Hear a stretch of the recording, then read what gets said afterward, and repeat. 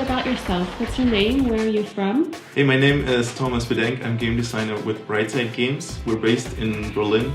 We're an independent game developer. So tell me a little bit about your team. We started out back in 2008 as a student team. We took a part in this game programming class. And in order to sign up for the class, we had to develop a 3-day prototype. You could already go back in time in that game. The main mechanics were already there. And then during the semester, we developed it to a more full-featured prototype. We didn't have boss fights and all those things yet, but the main mechanics, the main fun was already in there. What influenced you to make this game and take it a little bit further than just the classroom? Our professor back then was Andy Neal, who is also co-developer of Osmos. He, throughout the semester, told us a lot about the independent game spirit, the independent games community, and he really inspired us to submit our prototype to a variety of different competitions. After the semester was over and we had a pretty solid prototype, we submitted the game to the Dreamville Play. That was already a big success. We decided to also submit our game to the IGF 2009, and surprisingly, we made it into the student final right away. We were in the student showcase. It was really exciting when we first heard about our IGF nomination. We got emails from the media publishers that were interested in taking our game to the next level. And that's also the point where we said, okay, we're gonna try this for real. We're gonna make a company, we're gonna finish developing this game, and we're gonna bring it to Expo. And it was our first time for all of us in San Francisco, and it was just awesome to meet all the game developers and everyone who played our game live. That was one of the first times that we could actually show our game to a broader audience, and it was great to see them play our game at the booth. That's also where we made contact to RCP. They helped us with actually founding a business and doing business development, helping us with preparing the pitch and finding a publisher. Where did you get your resources then to grow from a student team to an actual business? Actually, when we came back from GDC, the first year after it was pretty tough because we still didn't have funding. So the good thing is that we got free offices from the university. That was really a great thing, and they also helped us to try to get public funding. And that's how we got the Exist public fund. Okay, so you guys actually were quite lucky in that situation.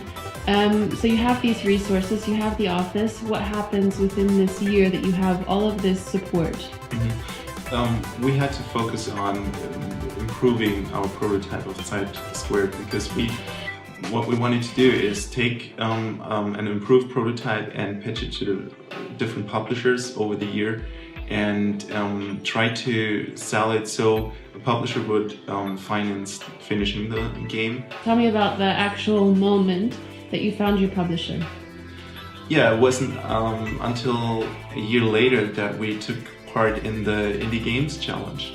That was another competition, and this time we were able to go to Las Vegas to the Deze conference. It was really nice to again see a different aspect of the industry, because at Deze conference there are more the executive people, and while at the GDC there are more the game developers meeting up.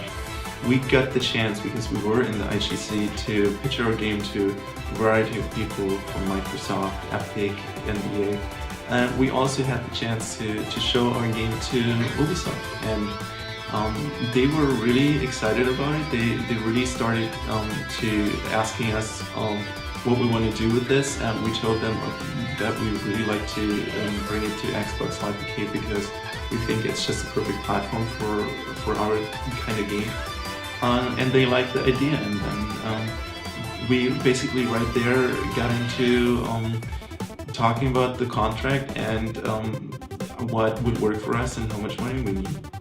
How important is it to you to actually be an indie team, for example? Because you're teaming up with a publisher, how do you still keep that identity of being an indie team?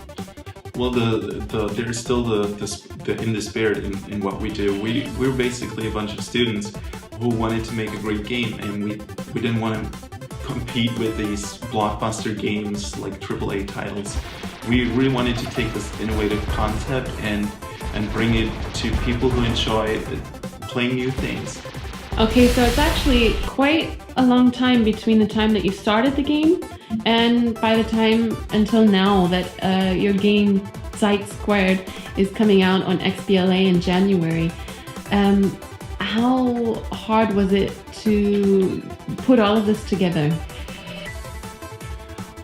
It was a long journey developing this game from the first 3-day prototype over the semester final version, and then the IGF submission, the DICE submission, and now the final game. The basic concepts were already there in the original prototype, but there's so much that goes into refining, into polishing the game, into implementing more levels and designing boss fights that are interesting to play. So it's just a long process, and people say that the last 10% of the game take 90% of the time. And you know, bringing a game to Xbox Live Arcade, you also need to meet a lot of technical requirements. So we had to work together with Ubisoft and Microsoft and a big testing team to make sure that everything is taken care of, that you get the experience, the quality level that you're used to from Xbox games. So how was it like working with Ubisoft? How did you still use your creativity and your ideas while working with a third party and their marketing ideas? Yeah, actually working with Ubisoft didn't change too much on how we developed the game. We were completely free with designing. They didn't want us to make something else out of the game. They didn't try to push things that we didn't want. We were so creativity-wise, we were completely free to do whatever we felt was right for the game. Okay, what do you have to say to all those other indie developers out there who are looking for motivation to actually finish the game and get it out? Don't try to compete with the next Call of Duty, or don't try to make the biggest first-person shooter ever. Try to do something that you can possibly finish.